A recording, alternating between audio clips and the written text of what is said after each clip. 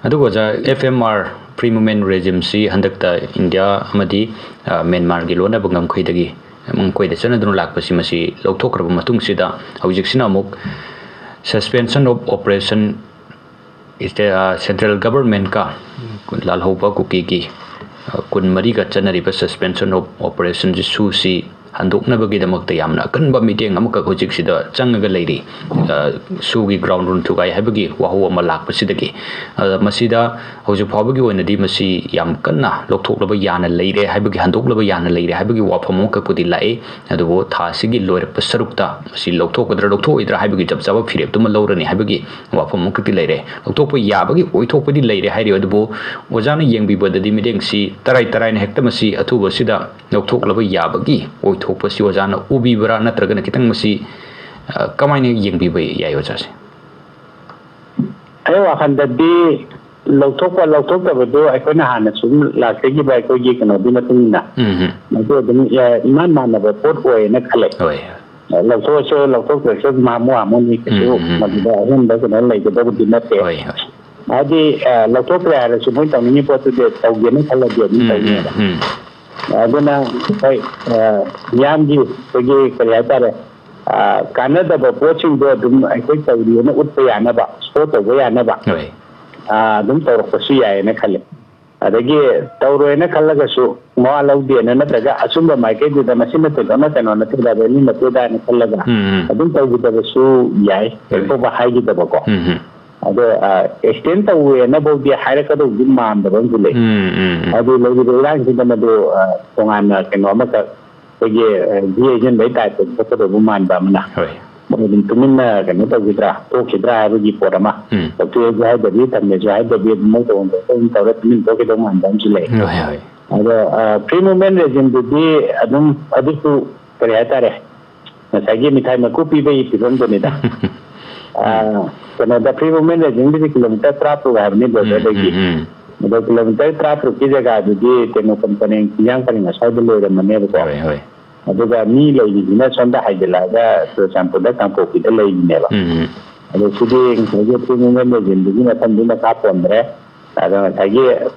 तेनो बंदों की yang paling tinggi di tereng ada जो ni चला no hari luar ni. Free movement regime mana ni sendiri betul. अदो करीनो सिगी मिनिंचे अखोय जति ngawe अखोय न पंगबगी ngauje बोरंगनि को खंगबगी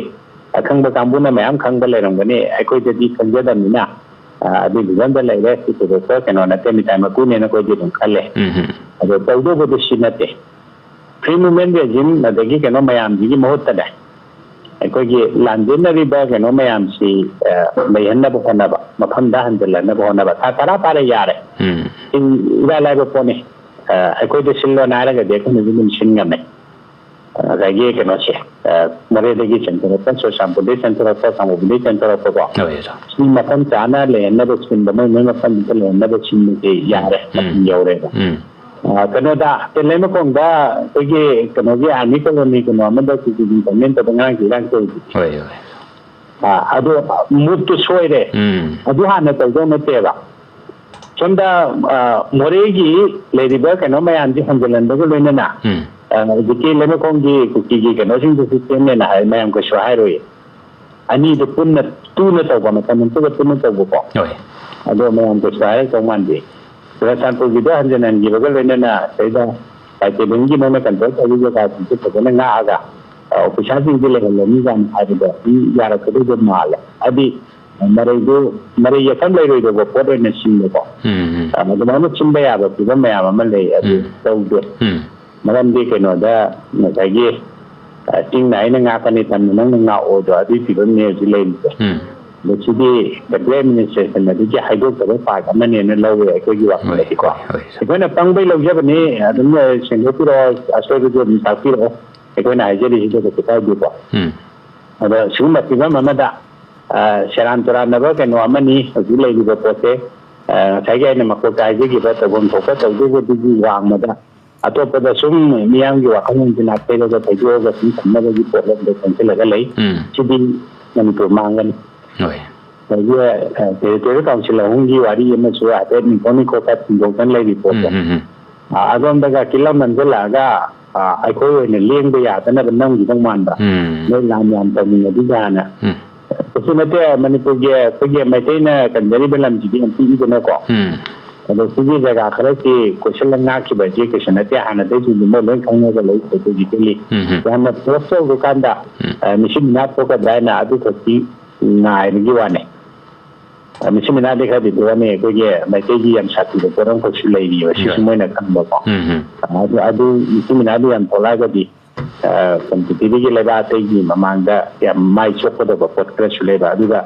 ꯃꯅꯤꯄꯨꯔ ꯑꯦꯟꯇꯥꯏꯇꯤ ꯃꯥꯒꯤ ꯆꯍꯤ ꯀꯌꯥꯒꯤ ꯊꯥꯒꯠꯅꯔꯛꯄ ꯏꯇꯤꯍꯥꯁ ꯂꯩꯕ ꯀꯩꯗꯧꯕ ꯃꯌꯥꯝꯁꯤ ꯑꯗꯒꯤ ꯏꯟꯇꯔꯅꯦꯁꯅꯦꯜ ꯗꯣꯀꯨꯃꯦꯟ ꯃꯌꯥꯝꯅ ꯕꯥꯎꯟ ꯇꯧꯕ ꯑꯩꯈꯣꯏꯒꯤ ꯅꯦꯁꯟ ꯑꯃ ꯑꯣꯏꯅ ꯂꯥꯛꯄ ꯄꯣꯠꯁꯦ ꯃꯁꯤꯗꯤ ꯄꯥꯏꯕ ꯃꯨꯊꯠꯄ ꯌꯥꯔꯣꯏꯗꯕꯅꯤꯅ ꯃꯗꯨꯒꯤ ꯄꯣꯠꯇꯨ ꯁꯨꯝ ꯊꯣꯛꯂꯛꯀꯗꯧꯕꯅꯤꯅ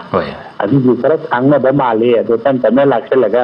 ꯃꯣꯏꯒꯤ ꯑꯄꯥꯝꯕ ꯑꯅꯤꯡꯕ ꯑꯗꯣꯝꯒꯤ ꯄꯨꯂꯞ ꯅꯝꯗꯅ ꯄꯨꯅꯕ ꯍꯧꯖꯤꯛꯁꯨ ꯍꯣꯠꯅꯩꯌꯦ ꯑꯗꯨ ꯍꯣꯠꯅꯕꯒꯤ ꯃꯅꯨꯡ ꯆꯟꯅꯅꯤ ꯍꯧꯖꯤꯛ ꯂꯩꯔꯤꯕ ꯀꯩꯅꯣꯁꯦ ꯑꯩꯈꯣꯏꯒꯤ irang macam-macam adum haidokana amaram bata koran amaram bata tejok koraga nyan su wakan ta adana bata dis na adum hona di sisadu neba ठीक है सुमथल तादे तबम थोपा अमा लेरी अदु तबम थोपदो दुम तौकांदा लेबा इंगनी नेना ताना दुम पानबे यानी तो कुनाई चपतो कुनाई दुम मोनबे यानी तो अदोंदा संजन गदोबा ची संजन निंद्रि माने अदु संजन गदोबा लेंगा आमदा सिंदोक्सिदा अदु गा दु यानी दा कशे तो नना लुबो कोन ते नै होय तागे चरी याम फजना थंबिरोजा